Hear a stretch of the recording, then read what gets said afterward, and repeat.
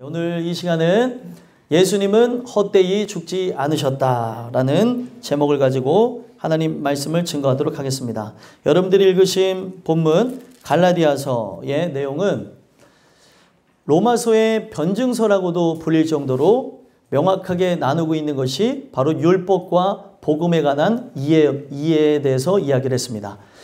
그 율법과 복음에 관한 이해를 명확하게 했던 것이 로마서입니다. 로마서에 보면은 이신득의라고 하든지 아니면 이신칭이라고 하는 원리가 있어요. 그게 뭐냐면 믿음으로 의롭게 된다. 이신득이 이신칭이는 한문인데 그 말이 좀 어렵다면 믿음으로 의롭게 된다고 하는 걸 기억하셔야 돼요.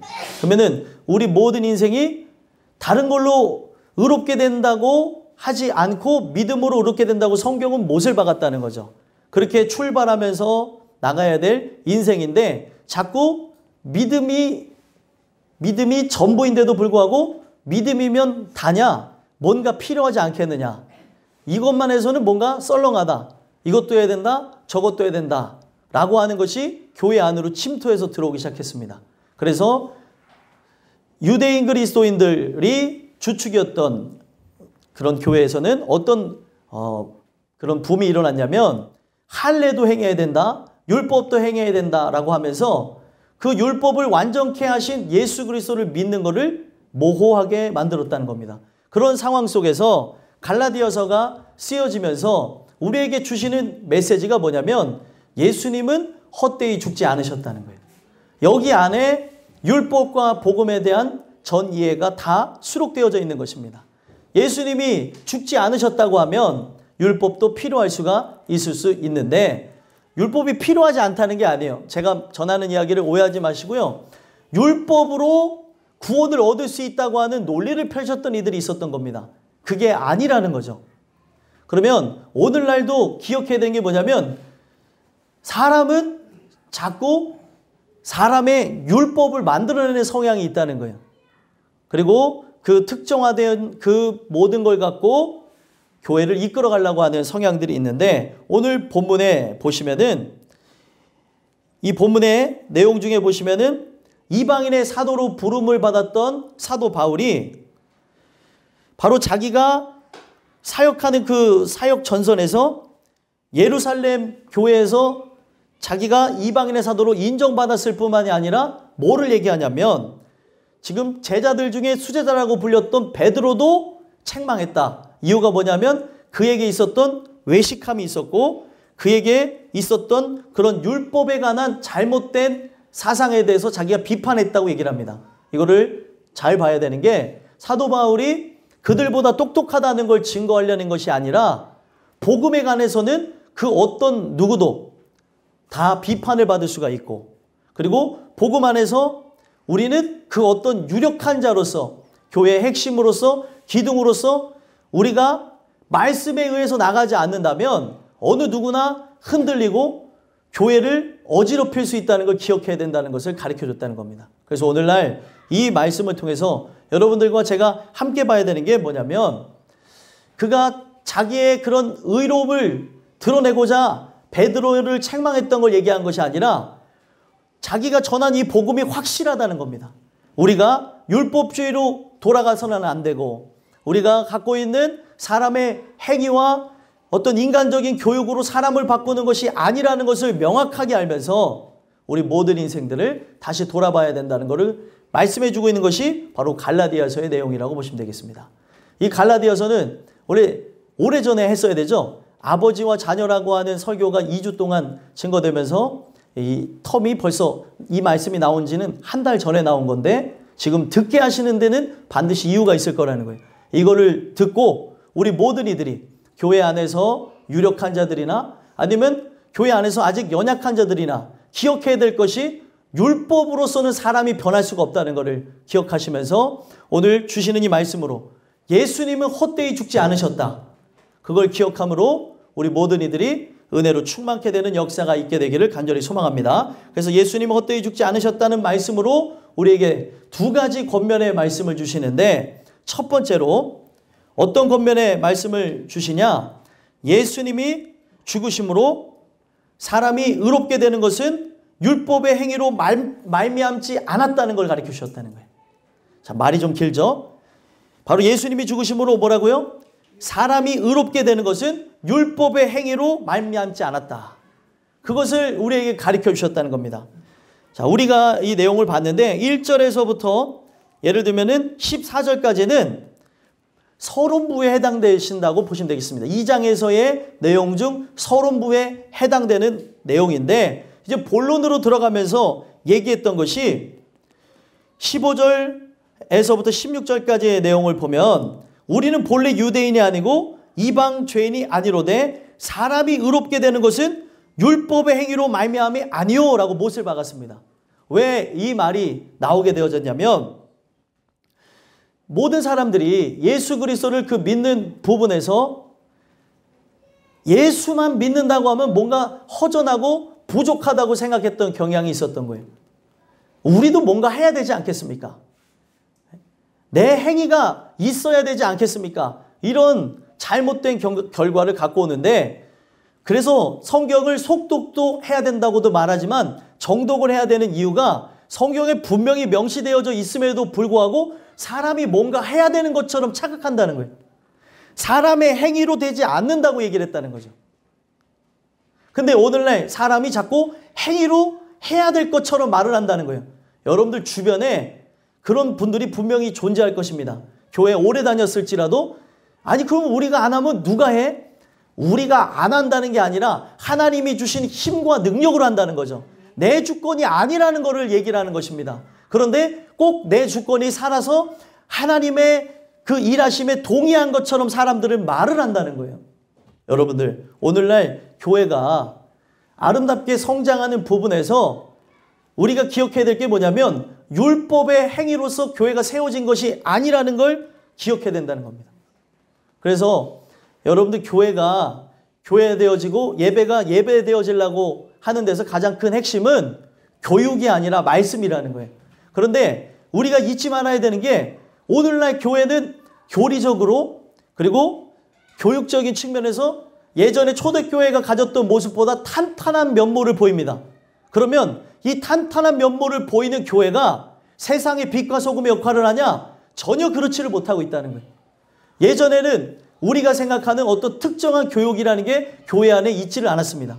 뭐 예를 들면은 무슨 대학이다 아니면 무슨 학교다 어떤 여러 가지 프로그램 같은 게 없었다는 것이죠. 오직 무엇만 선포가 되어졌냐면 진리의 말씀만 선포되어졌다는 겁니다. 그 진리의 말씀으로서 사람이 변화가 되는 거예요. 근데 그 진리의 말씀으로 사람이 변화가 되려면 이 기간은 엄청나게 오래 걸린다는 거예요. 어쩔 수 없이 이미 사람의 유전이 들어와서 우리에게 잡고 있는 사상이 있을 것이고 또 내가 교회 생활하면서 그동안 오랫동안 신앙생활하며 들었던 율법이라는 게 교회 안에 존재할 것입니다. 근데 그 엄청난 그 교회만의 율법이라는 것이 존재하면서 어떤 일을 이루고 있냐면 사람들을 무너뜨리고 사람들을 아프게 하고 사람들을 고통스럽게 하는 그런 경향들이 있다는 겁니다. 이게 어디서부터 시작된 거냐면 이 기독교라고 하는 역사가 시작된 이래 사람의 의와 하나님의 의가 충돌하면서 계속되어진 싸움이라는 거예요. 구약에서도 존재했고 신약에서도 존재했고 신약을 바탕으로 해서 있었던 그 교회들도 이것이 존재하면서 오늘날까지 내려왔다는 겁니다. 그래서 여러분들과 제가 알아야 되는 게 오늘날 우리가 자꾸 어떤 특정한 것을 가지고 나가려고 하는 이 모든 것이 교회를 자칫 잘못하면 위협할 수 있다는 겁니다. 우리는 사람이 원하는 사람을 만드는 게 아니고 교회가 원하는 사람을 만드는 것이 아니고 하나님의 사람, 예수 그리스도의 사람을 만들어야 된다는 걸 기억했으면 좋겠습니다. 근데 이거는 우리가 갖고 있는 유전을 통해서 경험을 통해서 지식을 통해서 변화되는 게 아니라는 거죠. 그래서 제일 중요한 게 이 11절에서부터 14절까지 이 말이 왜 나오게 되어졌는가를 배경을 보면은 게바라는 사람이 나와요. 게바가 누구예요? 베드로입니다. 그래서 베드로가 안디옥에 이르렀을 때 11절에 보니까 책망받을 일이 있기로 내가 그를 대면하여 책망했다. 그러면서 야고보에게서 온 사람들이 있었는데 그 게바가 이방인들과 함께 먹고 있었는데 그들이 이제 오게 되어졌는데 야고보와 함께한 사람들이 오게 되어졌는데 그들이 바로 유대인 그리스도인들이었던 거예요. 그랬더니 유대인 그리스도인들이 오게 되니까 바로 그 할례자들을 두려워해서 떠났다. 할례자들이라고 하는 건 유대인 그리스도인들을 얘기하는 거예요. 자기의 어떤 정통성을 이야기하고 자기는 그 어떤 부분에서도 남들보다 바르게 산다는 그 사람들이 오게 되어진 겁니다. 그때 베드로가 했던 행동이 무엇이냐면 두려워서 도망을 갔다는 거예요. 그리고 남아있었던 게 13절에 보니까 바나바가 남아있었고 유대인들이 남아있었는데 그와 같이 이제 만나게 되어지니까 그들이 하는 게 뭐예요? 외식을 하더라는 거예요. 외식을 한다는 게 뭐 스테이크를 먹는다는 얘기가 아니라 겉으로 이상한 행동을 하는 거예요. 속에서는 아닌데, 속에서는 잘못된 거를 아는데 겉으로는 그들의 잘못되어진 거를 그대로 인정해주고 그럴 수 있다고 하면서 용인해줬다는 거죠. 성경 말씀에 뭐라고 나와졌습니까? 바나바도 그들의 외식에 유혹되었느니라.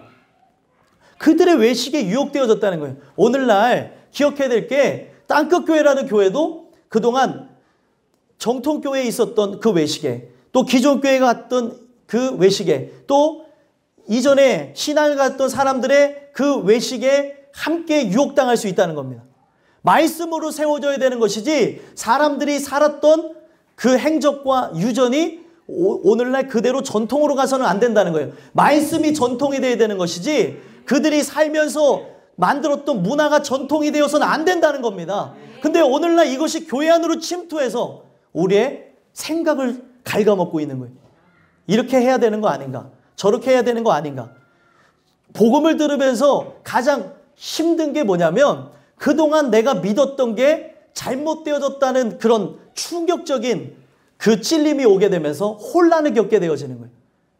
그걸 통해서 내가 잘못 살았구나, 잘못 믿었구나 라고 생각할 때 그동안 내가 뭐 했는가라고 하는 그로기 상태, 젊은 친구들이 얘기하는 멘붕 상태에 올 수 있다는 거예요. 이런 자들은 그래도 희망이 있고 이것을 통해서 주님 앞에 돌아오게 될 길이 열어졌습니다. 근데 문제는 아무것도 없는 사람들이 있어요.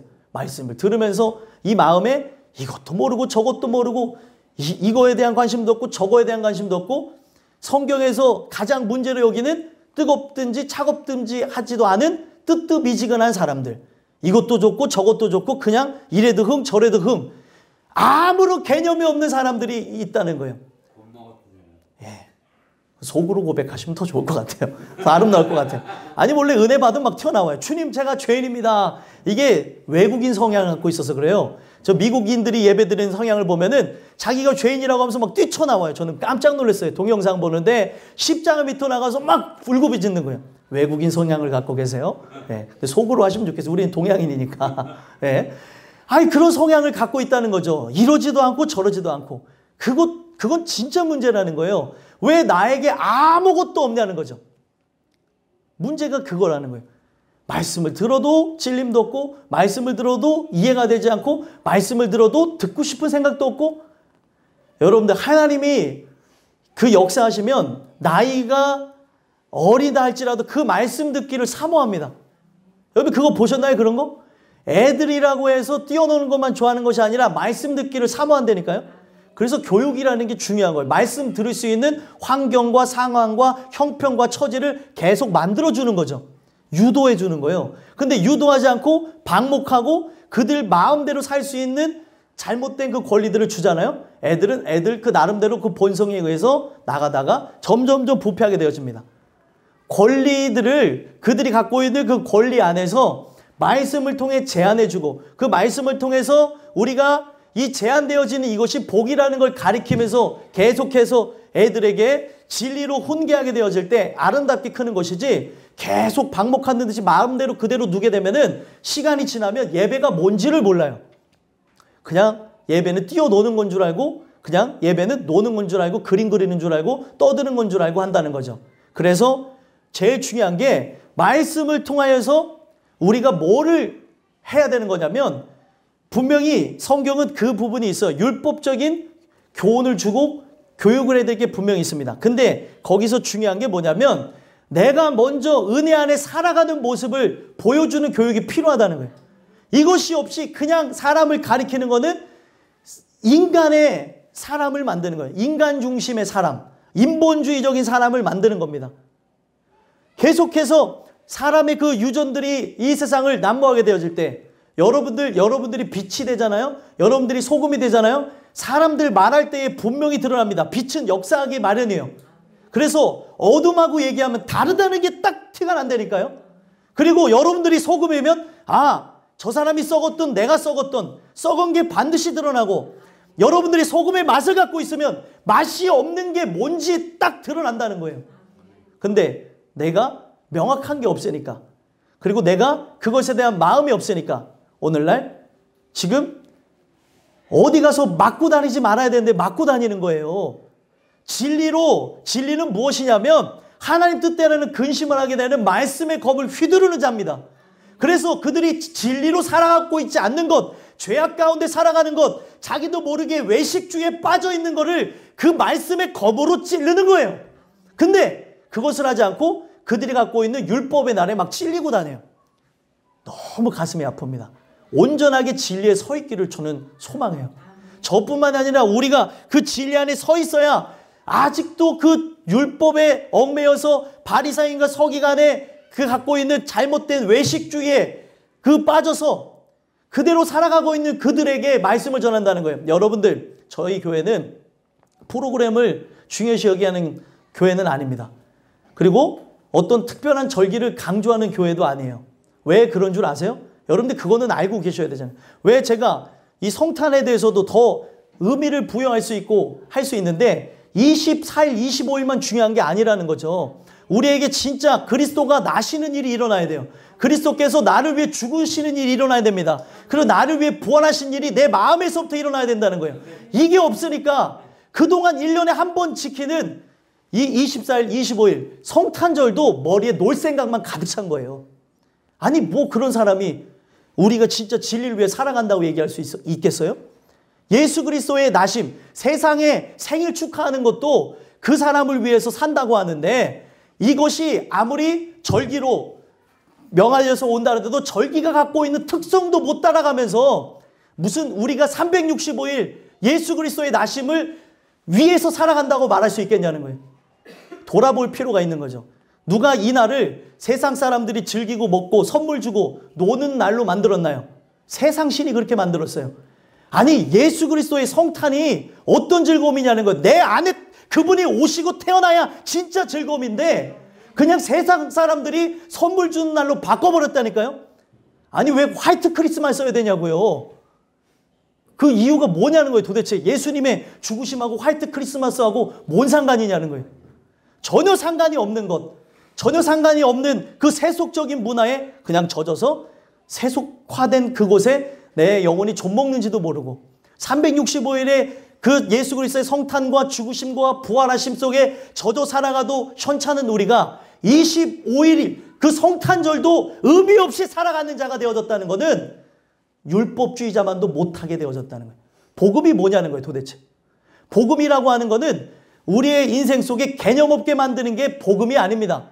성경에 있는 말씀을 통해서 얘기하고 있는 것은 속에서부터 우리를 치고 속에서부터 죄인임을 깨닫고 속에서부터 우리를 죄인 되어짐을 깨달아서 나로는 안 된다는 걸 깨닫게 하면서 도덕과 윤리의 측면을 뛰어넘고 하나님 주신 그 의를 따라서 살아가야 되는 것임을 알게 하기 위해서 해 주신 것이 복음이라는 거예요. 근데 복음주의자들이 율법주의자들의 갖고 있는 사상만도 못하니, 그들이 갖고 있는 종교성보다 못하니 돌아봐야 될 필요가 있지 않겠냐는 거예요. 오늘날 우리가 이 말씀을 통해서 봐야 되는 게 자꾸 우리는 그 외식에 유혹되어서 나간다는 거죠. 그래서 14절에 보니까 이 사도 바울이 베드로에게 얘기한 게 뭐예요? 그러므로 나는 그들이 복음의 진리를 따라 바르게 행하지 아니함을 보고 모든 자 앞에서 게바에게 이르되 내가 유대인으로서 이방인을 따르고 유대인답게 살지 아니하면서 어찌하여 억지로 이방인을 유대인답게 살게 하려느냐 하였노라. 오늘날 문제가 뭐예요? 우리는 유대인과 같을 수도 있고 이방인 같을 수도 있고 성경에서는 헬라인이나 또 각기 다른 어떤 여타 족속일지라도 각자의 특성이 분명히 있습니다. 그렇죠? 그런데 가장 큰 문제는 뭐예요? 유대교에서 기독교로 변한 거라고 생각을 하는 거예요. 사람들이. 그렇게 하니까 뭘 지켜야 된다고 생각해요? 율법을 지켜야 된다고 생각하는 거죠. 유대교에서 기독교로 바뀌었다고 하니까. 성경은 명확하게 얘기합니다. 유대교와 기독교는 근본적으로 다른 거예요. 그러면 오늘 우리가 기억해야 되는 게 뭐냐면 이 말씀을 통해서 살펴봐야 될 게 우리는 왜 자꾸 사람들에게 억지로 어떤 사람으로 살아가게끔 만드냐는 거예요. 지금 저 사람은 지금 진리로서 깨닫고 진리로서 바뀌어야 되는 것이지 교회가 원하는 사람, 또 내가 원하는 사람, 또 내가 원하는 사람이 아니면 남이 원하는 사람으로 교육해 나가고 있다는 거예요. 오늘 여러분들과 제가 기억해야 되는 것은 그 누구의 사람도 아니에요. 우리가 만들어야 되는 것은 교인도 아닙니다. 우리가 말씀을 통해서 원해야 되는 건 우리 모두가 성도가 되길 원해야 된다는 거예요. 그러면 성도가 되는 그것은 다시 들어가서 말씀을 보면은 15절에 얘기하고 있는 게 뭐예요? 우리는 본래 유대인이요 이방죄인이 아니로되. 유대인이래요. 지금 사도 바울이 얘기하는 게 자기는 유대인인데 이방죄인이 아닌데 왜 그들에게 강조하는 바가 뭐냐는 거예요. 율법을 왜 강조하냐는 거예요. 우리는 유대인이어서 어쩔 수 없이 태생적으로 율법을 강조하면서 나갔지만 저들에게 강조해야 될 것은 율법을 완전케 하신 그리스도라는 거예요. 그래서 사람을 바꾸는 게 뭐라고 얘기를 합니까? 16절에 읽어보겠습니다. 읽겠습니다. 시작. 사람이 의롭게 되는 것은 율법의 행위로 말미암이 아니요 오직 예수 그리스도를 믿음으로 말미암는 줄 알므로 우리도 그리스도 예수를 믿나니 이는 우리가 율법의 행위로서가 아니고 그리스도를 믿음으로써 의롭다함을 얻으려 함이라. 율법의 행위로서는 의롭다함을 얻을 육체가 없느니라. 아멘. 그래서 여러분들 율법에 관한 게 오늘날 변환되어져서 나오는 게 우리가 갖고 있는 어떤 정기적인 교육이 될 수 있다는 거예요. 그 교육을 통해서 교회가 원하는 상으로 바뀌어질 수 있습니다. 교회가 원하는 행동을 할 수 있습니다. 그런데 그 사람이 주님을 만나지 못할 수가 있다는 거예요. 제일 문제가 무엇이요? 사람이 의롭게 되는 것은 율법의 행위로 되는 게 아니래요. 의롭게 되어진다는 게 어떤 의미입니까? 흠이 없어지는 거예요. 흠이 없어지는 게 여러분들 어떤 것을 우리가 배우고 교정하는 게 아니잖아요. 흠이 없어지는 것은 그리스도의 의로서 말미암은 것입니다. 근데 그리스도의 의로서 말미암아야 될 그것이 우리의 행동 교정하게 되어짐으로 착각을 불러일으키게 되어지는 거예요. 여러분들 우리가 예배에 대한 교육을 다 받았어요.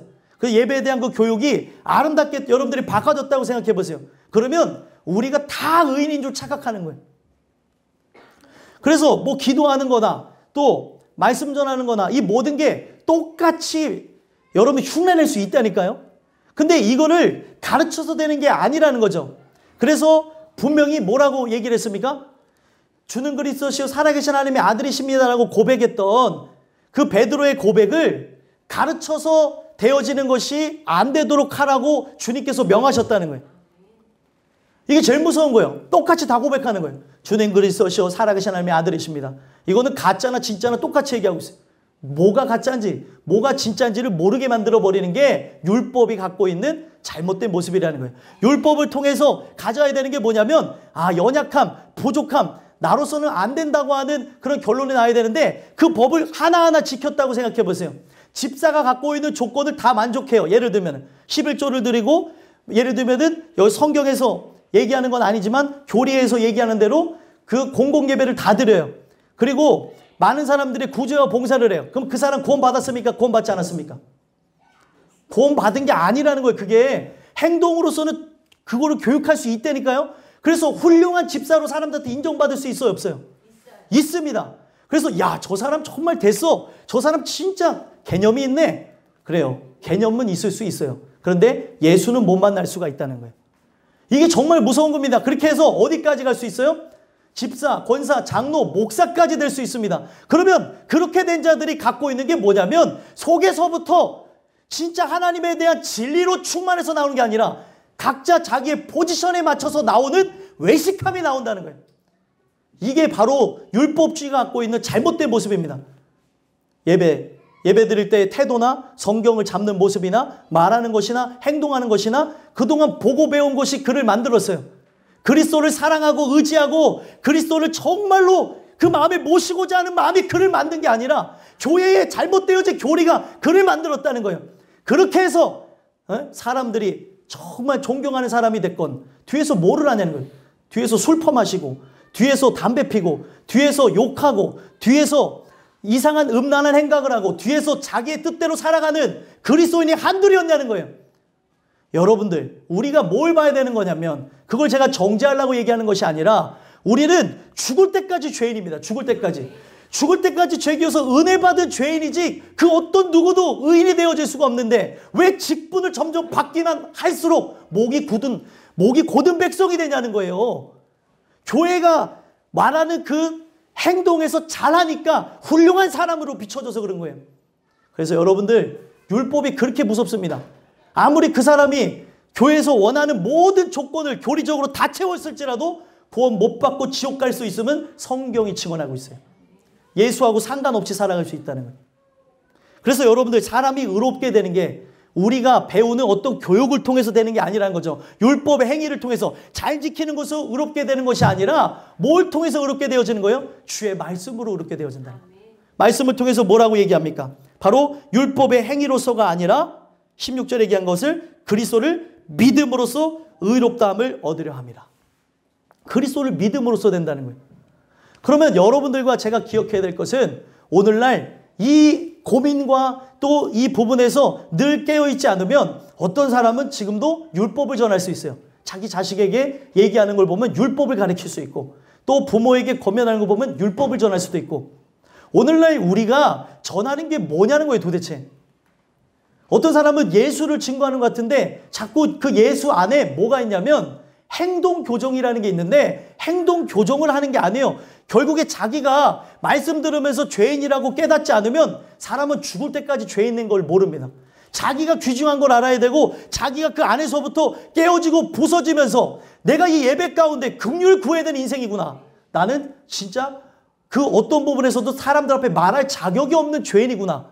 그런데 그런 죄인을 불러주셨어요. 목사로 부르셨고, 집사로 부르셨고, 권사로 부르셨고, 장로로 부르셨고, 전도사로 불러주신 거예요.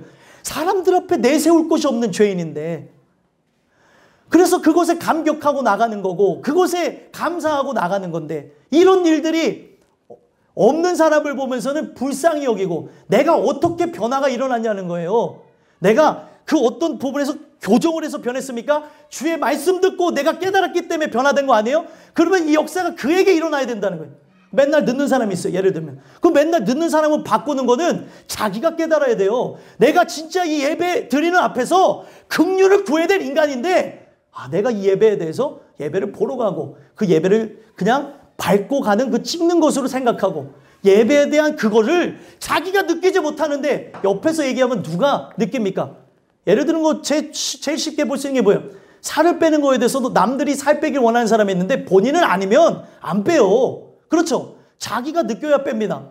그래서 제가 느끼면 제 살을 빼겠는데, 저는 제가 느끼기에 아주 건장한 몸을 갖고 있다니까 살을 안 빼잖아요. 근데 남들이 보기에는 어머, 우리 꼬맹이들이 저만 볼 때마다 목사님 호빵맨 같아요. 어떨 때는 뭐 세균맨 같다 그러고 카레빵맨 같다 그러고 무슨 얼굴 빵빵하게 생겼나 봐요. 그러니까 맨날 병용이 저보고 대빵이라고 그러고, 예, 큰 얼굴이 이렇게 보름달만 해서 그런가 봐요. 그래도 제가 그렇게 느끼지 않으니까 안 뺀다니까요. 그런데 그 사람이 느끼게 되는 게 여러분들의 말을 듣고 느낄 것 같아요? 그것을 느낄 수 있게 되면 말씀을 전하시라는 거예요. 율법을 전하지 말고 말씀을 여러분들이 전해서 그들이 부끄럽게끔 해야 되는 거지, 내 의를 들으면서 나는 이렇게 하는데 너는 이렇게 못하느냐, 그러면은 절대 사람은 안 변하고 이 안에서 반발심만 나옵니다. 백날 얘기해도 사람은요, 본인이 깨닫지 않으면 계속해서 자기가 갖고 있는 생각에 평생 사로잡혀서 살아갑니다. 그걸 어떻게 바꾸겠어요? 부인도 못 바꾸고 남편도 못 바꾸고 자녀도 못 바꾸고 그 누구도 못 바꿔요. 어떤 가까운 사람이랄지라도 절대 못 바꿉니다. 누가 바꾸게 하셔야 돼요? 예수님이 바꾸셔야 돼요. 하나님이 그 영혼을 바꾸셔야 바꿔지는 거예요. 그러면 정말 저 사람이 간구해야 될 때고 정말 의지해야 될 때고 하나님 역사로 나가야 될 때 모르면 불쌍하니까 울어댄 거예요. 진짜 저렇게 모를 수 있을까? 정말 불쌍하다. 저렇게 다니다가 지옥 가면 어떻게 되나. 그 영혼 붙잡고 기도해 주는 게 여러분들과 저의 해야 될 일이라는 거예요. 근데 우리는 어떻게 해요? 나는 하는데 너는 못해? 이렇게 생각을 해요. 내가 할 수 있는 게 누구의 능력이에요? 하나님의 능력이에요. 내게 능력 주시는 자 안에서 했던 것이지 그분과 상관없이 한 게 아닌데 왜 의가 되냐는 거예요. 이게 봉사를 하던 안 하건, 그리고 우리가 깨어있건 깨어있지 않건 이게 다 그분의 의로서 된 건데 불쌍히 봐야 될 내 남편을 맨날 욕하고 있어요. 불쌍히 봐야 될 내 아내를 맨날 욕하고 있어요. 여러분들의 남편이, 여러분들의 아내가, 여러분들의 부모가, 자식이 남들에게 인정받지 못하는 건 여러분들이 말했기 때문에 인정을 못 받는 거예요. 내가 높여보세요. 내가 그 영혼을 불쌍히 여겨보세요. 그 사람 다 높여줍니다. 그게 진짜 그리스도인이 필요한 건데 내가 입만 열면 내 사랑하는 그 자녀들을, 사랑하는 존재들을 다 욕하고 다녀요. 여러분들, 십자가 사랑이 뭐예요? 십자가 사랑. 나 같은 죄인을 살린 거예요. 진짜 여러분들 은혜가 뭐냐면 세상에 가장 악한 녀석이 나고 가장 더러운 녀석이 나라고 느끼는 게 은혜입니다. 근데 이런 나를 깨부셨는데 누굴 못 부시겠냐는 거예요. 그래서 오늘날 우리가 해야 될 게 은혜라는 거예요. 은혜. 사람들에게 말할 때도 은혜를 전하고 사랑을 전하는 거지 율법을 전하고 내 의를 전하는 게 아니라는 거예요. 근데 오늘날 우린 착각하죠? 내 의를 전하는 거. 나는 하는데 너는 왜 못하냐는 식으로 그러죠?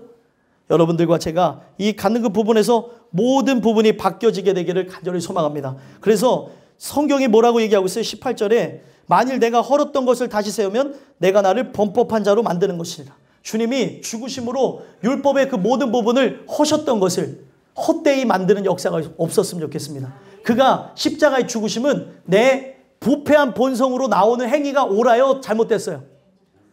원어로 보게 되면은 내 영혼이 구부러졌다는 거예요. 내 영혼이 구부러져서 내 마음은 어떻게 해요? 빗나갈 수밖에 없으며 빗나가면서 나오는 행동이 뭐예요? 하나님께 대적함이래요. 시편 51편에서 주는 그 말씀의 의미입니다.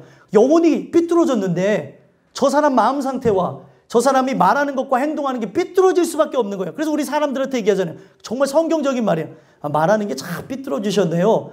마음이 꼬부라지셨네. 마음이 갖고 있는 시각이 온전하지 않으시네요. 그런 얘기를 혹여나 하는 이유가 당연한 겁니다. 영혼이 그냥 구부러져 있는데 여러분들 수도꼭지가 일부만 막혀도 어떻게 나와요?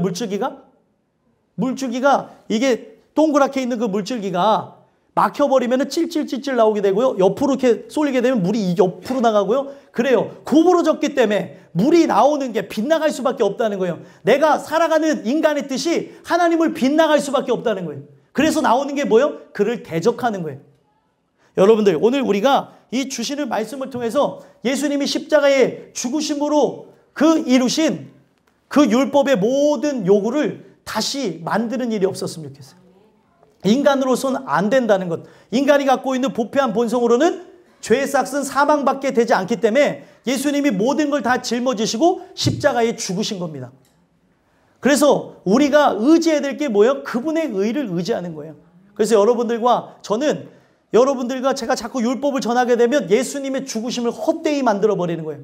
여러분들과 제가 은혜를 전하고 사랑을 전하고 긍휼을 전하는 그 역사를 통해서 예수님이 헛되이 죽으시지 않으셨다는 것을 여러분들의 삶의 모습으로 드러나게 되기를 간절히 소망합니다. 마지막 두 번째로는요. 예수님은 헛되이 죽지 않으셨다라는 말씀을 통해 우리에게 어떤 말씀을 허락하시냐면 예수님이 죽으심은 나를 사랑하사 나를 위하여 자기 자신을 버리신 하나님의 아들을 믿는 믿음 안에서 사는 것이다 라는 걸 가르쳐줬다는 거예요.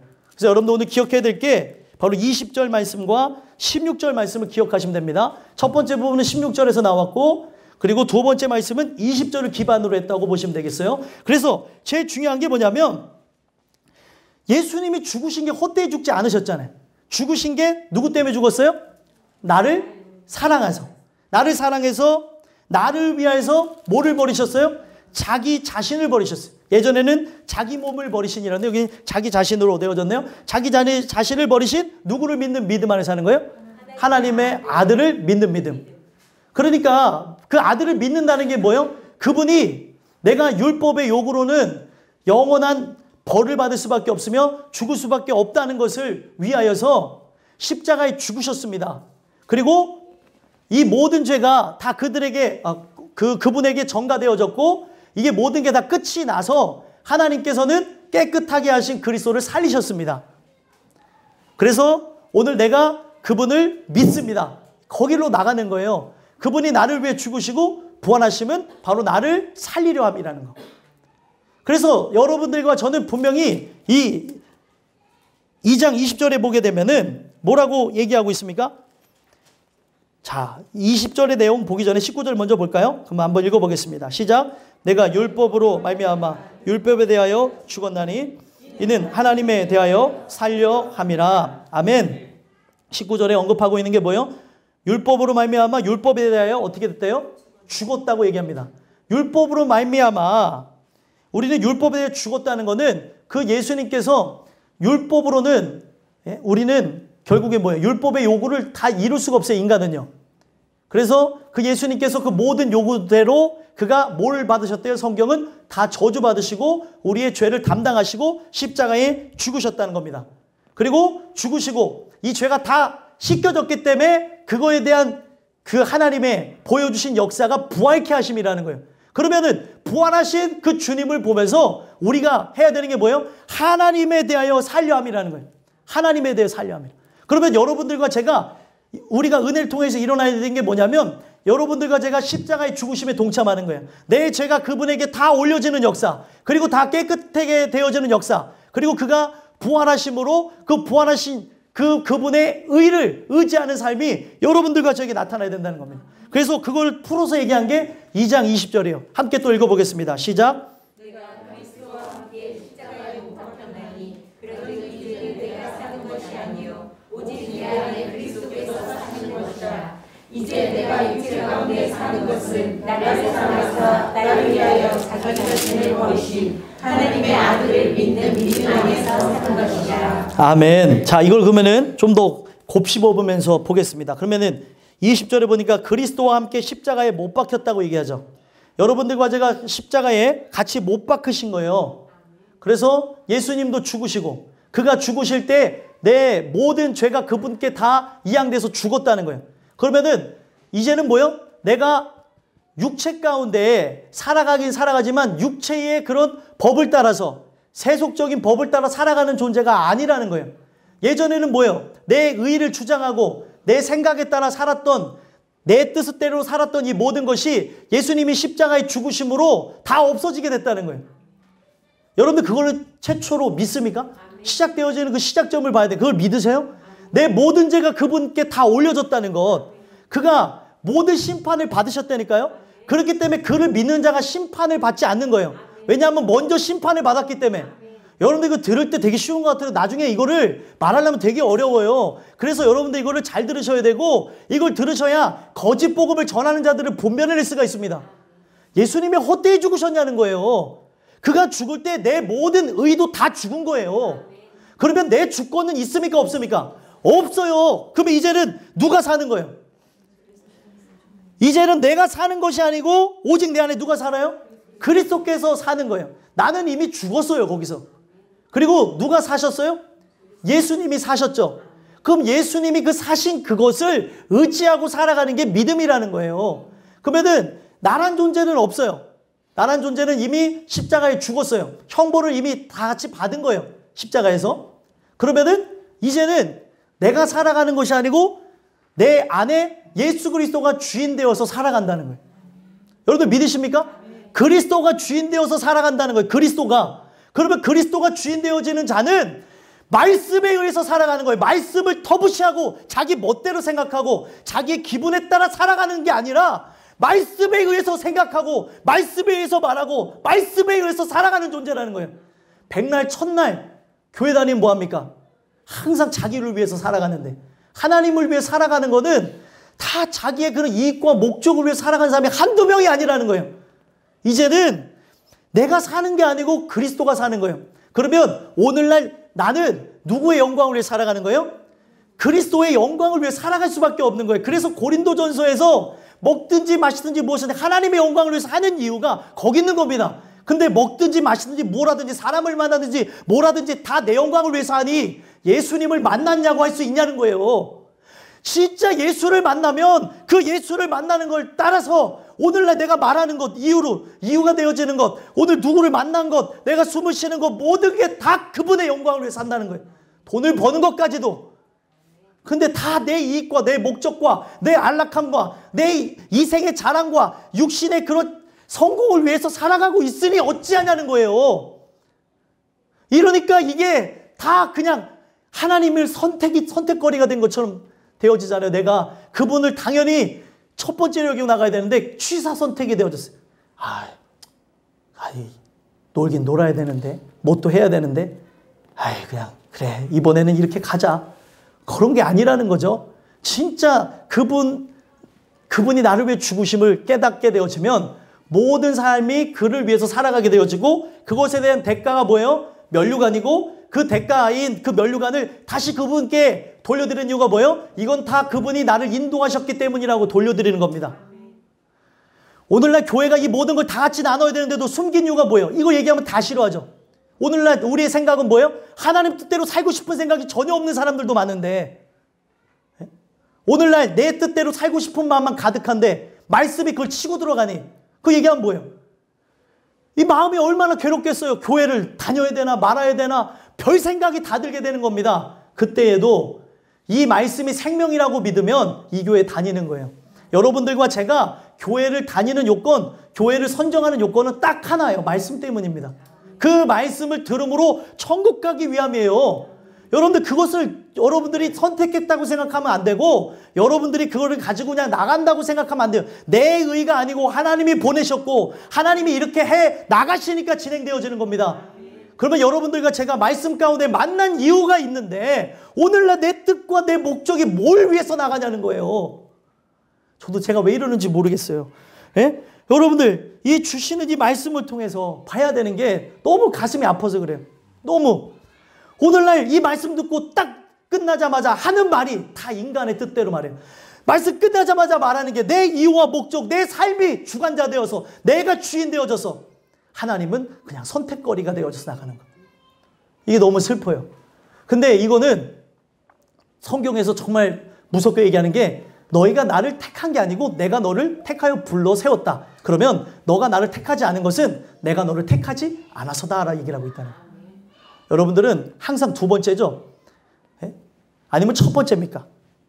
여러분들 스스로에게 질문 던져야 돼. 저도 너무 찔리는 말씀이에요. 항상 그래서 긍휼을 구해야 되는 거예요. 아무리 바쁜 일이 있고 아무리 여러분들이 해야 될 일이 있다 하더라도 여러분들이 죽어서 천국 가는 일보다 더 급한 일이 어디 있어요? 근데 오늘 죽을 걸 모르니까 오늘날 인간이 사람들과의 만남을 중요시 여기고, 지금 이 순간에 상황에 미치게 만드는 사단에게 속아서 상황을 그대로 골똘히 보면서 그것만 보고 하는 거예요. 마치 내 앞에 당근이 그 주인이 그렇게 논지도 모르고 당나귀가 그 당근 보고 달려가는 것처럼 어디로 향방을 향해 달려가는지도 모르고 어떤 주권자에서 나가고 있다니까요.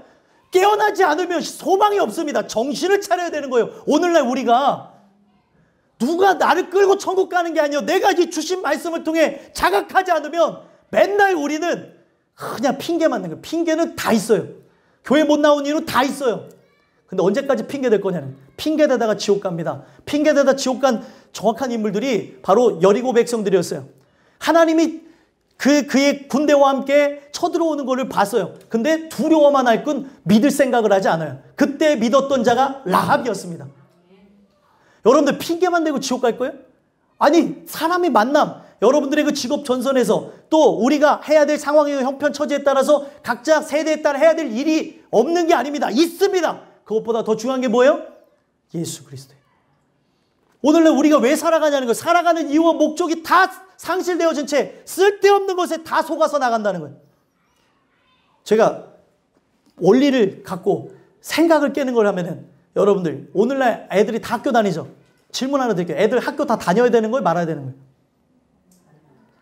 그렇죠? 다녀야 된다고 하는 건 우리가 가져야 될 그냥 생각입니다. 이제 사회적으로 문화 속에서 다녀야 된다고 하는 거를 그렇게 우리는 이미 세뇌되어서 생각하고 있는 거예요. 그러면 학교 다니지 않는 애들이 있어요? 없어요? 그러면 그 애들은 왜 안 다니는 거예요? 그렇죠? 우리가 갖고 있는 부분에서 그렇게 우리는 획일화돼서 학교는 다 다닌다고 생각을 한다니까요. 회사는 다 다닌다고 생각한다니까요.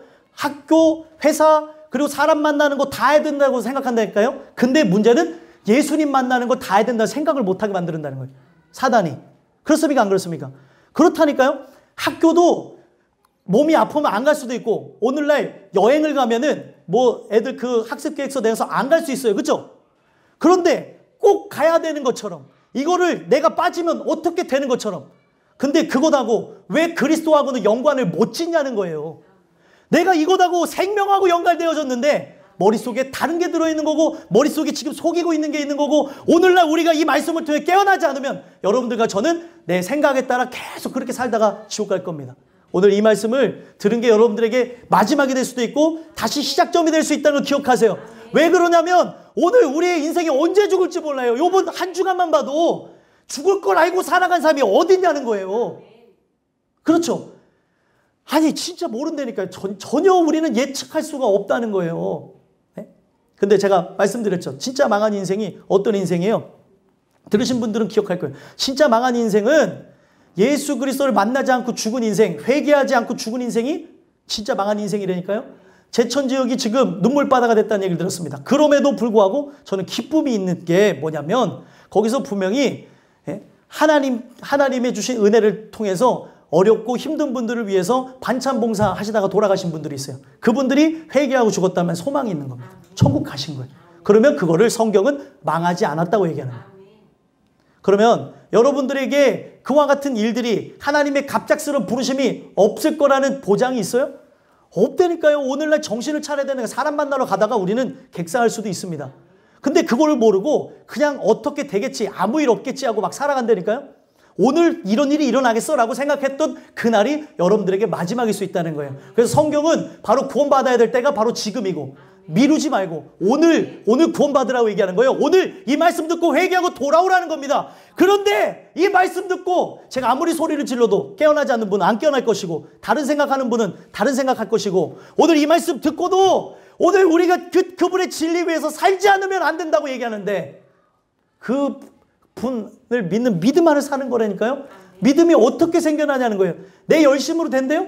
아니래잖아요. 그러면 오늘날 우리가 그 긍휼 구하는 거예요. 예배 때 나올 때마다 하나님 나를 긍휼히 여기셔서 믿음 주세요. 하나님만 줄 수 있는 선물 주세요. 그래서 이 믿음 갖고 주님 섬기게 해주세요. 이게 여러분들과 저의 몫이라니까요. 근데 이게 안 일어나니 어떻게 하냐는 거예요. 이걸 보면서 여러분들에게 일어났다면 감사될 것이고 아직 일어나지 않는 내 자녀, 내 부모, 내 남편, 내 아내, 내 주변에 있는 사람들이 있다면 눈물을 흘리는 거예요. 제발 좀 그 역사가 일어나게 해달라고. 불쌍히 여기셔서 이런 역사 일어나게 해달라고. 지금 그분을 의지하고 나아갈 때인데 지금 뭘 의지하고 나가냐는 거예요. 이 세상은 다 우리가 좋아하는 취미와 또 특기에 따라 다 그 모든 것에 매료돼서 미치고 살아가게끔 만들어놨어요. 여러분들 오늘 우리가 뭐에 미쳤습니까? 저는 오늘 이 은혜에 여러분들 모든 걸 걸고 나갔으면 좋겠어요. 그래서 그리스도께서 사시는 것이라 라는 그 말씀은 뭐라고 얘기하고 있어요? 내가 육체 가운데 사는 것은 맞아요. 여러분 육체를 입고 있죠? 육체 가운데 살아가서 육체와 싸우는 것도 맞습니다. 근데 성경은 뭐라고 얘기했어요? 나를 사랑하사 나를 위하여 자기 자신을 버리신 하나님 아들을 믿는 믿음 안에 사는 것이라. 우리 육체를 다 갖고 있어요. 이스라엘 사람들도 육체를 다 갖고 있어요. 근데 진짜 하나님의 사람은 뭐에 사는 거예요? 육체 가운데 사는 게 아니라 육체 가운데 살지만 믿음 안에 사는 거라는 거예요. 믿음 안에 사는 거. 하나님 아들을 믿는 믿음. 이 믿음이 내 자녀에게 있냐는 거예요. 이게 없으니까 이분이 항상 고민거리인 거예요. 첫 번째면은 여러분들 첫 번째면 고민이 될 필요가 있어요? 없어요? 없어요. 당연히 첫 번째인데 예? 첫 번째로 되는 게 first lady예요. 그래서 항상 첫 번째로 생각해야 되는 진짜로 국모라는 거죠. 그러면은 이 first lady가 저희 집에는 제 아내예요. 그러면 제 아내는 무조건 첫 번째로 생각해야 돼요. 하나님 다음으로. 그래요 안 그래요? 그래야 사랑받는 남편이에요. 진짜로요. 그래서 이게 조금만 벗어나면 내 잘못을 내가 알려야 돼요. 뭐 미안해.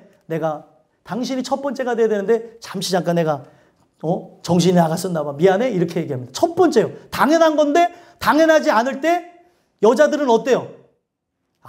우리 교인들 진짜 남편분들 회개하셔야겠다. 못 느껴보니까 대답을 못 하잖아요. 그죠? 어떻게 돼요? 첫 번째가 돼야 되는데 첫 번째가 되지 않는 것을 여성분들이 느꼈어요. 그럼 어때요? 열받죠. 여기서 좀 고상하게 얘기할 필요가 없습니다. 열받아요. 그래서 뭐라고 해요? 당신 내가 첫 번째 아니야? 도대체 이게 왜 그래? 돌아볼 필요, 제가 그냥 우리 집안사를 얘기하는 게 아니라 성경 말씀에 의해서 봐야 되는 거예요. 성경 말씀에 의해서 아내를 어떻게 하라고 그랬어요? 그리스도께서 교회를 사랑하신 것처럼 사랑하래요. 우리 예수님께서는 어떻게 했어요? 교회를 사랑해서 교회를 위해서 자기 목숨을 버리셨어요. 그러면 제일 먼저 생각해야 되는데 하나님이 왜 질투하는 하나님이에요? 이거는 이미 하나님께서 이 세상 시작할 때부터 제일 먼저 하나님을 생각하게 만들었는데 부패한 인간이 하나님이 두세 번째로 밀린 것뿐만 아니라 13번째, 15번째 어떤 사람은 생각조차 안 하고 나가니까 화가 나는 거예요. 이해가 되십니까? 하나님의 놀라운 사랑이 이해가 되세요? 당연히 내가 첫 번째인데 왜 내가 그렇게 밀리지? 거기서 화가 나는 거예요. 그래서 그것을 가지고 하나님께서 우리에게 돌아오라고 얘기하는 거고 정신 차리라고 하는 겁니다. 그러면 그 은혜를 통해 그분이 첫 번째가 되어진 자는 그분이 첫 번째인 게 쉬워요? 쉽지 않아요? 쉬워요. 쉬워요. 첫 번째인 게. 근데 또 우리 인간은 육체를 입고 있어서 자꾸 잊어버려요. 첫 번째인 게. 그 상황에 익숙해지죠. 귀한 선물이라는 걸 또 잊어버리죠. 그러니까 또 하나님이 어떻게 말씀을 쳐서 계속 얘기하는 거예요. 그래서 아내의 잔소리가 남편을 만드는 겁니다. 예? 예를 들면 그렇다면 아내가 얘기한 그것이 남자를 만들 수 있게 되는 거예요. 진짜로요. 근데 이게 진짜 성경적인 부분이죠. 내가 당신에게 사랑받을 권리가 있는데 왜 내 사랑이 다른 사람한테 뒤처진 것 같아? 또 다른 것에 비해서 왜 뒤로 간 것 같아? 여자들은 요구할 필요가 있습니다. 성경적으로. 아멘들 안 하세요. 이미 그렇게 사셔서 그런 건지 요구를 안 하시는 이유가 도대체는 모르겠지만 여러분들 오늘 주신 말씀을 통해서 봐야 되는 게 바로 그런 부분이라는 거죠. 그냥 인간의 사랑만 기억하지 마시고 오늘 하나님이 그런 심정이라는 거 첫 번째가 돼야 되는데 두세 번째로 밀려버렸다는 거예요. 그럴 수가 없다니까요. 근데 오늘날 우리가 이 주신 은혜를 통해서 이제 살펴보면은 하나님 아들 믿는 믿음 안에 사는 거예요. 육체 가운데 살고 있지만 그분을 믿는 거예요. 그분이 나를 위해 사랑하셔서 죽으셨고 그러면 여러분들 제일 중요한 게 뭐예요? 이거는 표현할 수 있는 게 믿는 것 외에는 없는 거예요. 나를 위해 죽으셨고 나를 위해 부활하셨고 나를 위해 다시 오실 것이다. 이거는 믿음으로 대변할 일이 없다는 겁니다. 믿음 외에는. 그죠? 그러면 이렇게 믿는 사람이 삶 속에 하는 행동은 어떻게 될까요? 하나님이 몇 번째가 될 거예요? 첫 번째가 될 수밖에 없다는 거예요.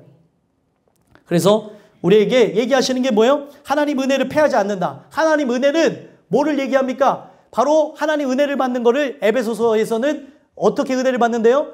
바로 하나님 말씀을 들음으로 하나님께서 그 믿음으로 이제 말미암아 그들을 구원하셨는데 이 믿음은 로마서 10장에서 얘기하고 있는 게 뭐예요?